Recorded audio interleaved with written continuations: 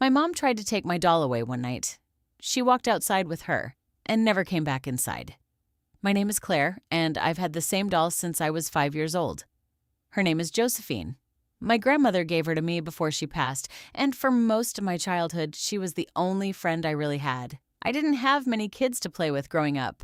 We lived out past the edge of town, and it was just me, my mom Diane, and Josephine sitting on my bed every single night. I used to talk to her for hours. I swear sometimes it felt like she was listening back.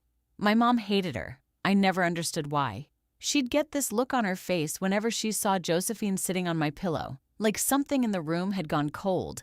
She tried to take her away from me more than once, said she was too old, too worn out to keep, said we should throw her away and get something new. I always fought her on it, screamed, cried, hid Josephine under my bed whenever my mom came looking. She was mine. She was the only one who never left. The night everything changed, I remember waking up to my mom standing in my doorway just staring at Josephine on the shelf. She didn't say anything. She just picked her up, slowly, like she was afraid to touch her too hard, and carried her downstairs. I heard the back door open. Then nothing. My mom never came back inside that night, or the next morning. I called for her for hours before I finally called the police. They searched the property for weeks. No trace of her. No footprints past the tree line. No signs of a struggle. Nothing on any camera for miles. It was like she'd simply stepped outside and stopped existing. Josephine was sitting on the porch step the next morning, facing the house like she'd been placed there on purpose. I never asked how she got back. I was just glad to have her again.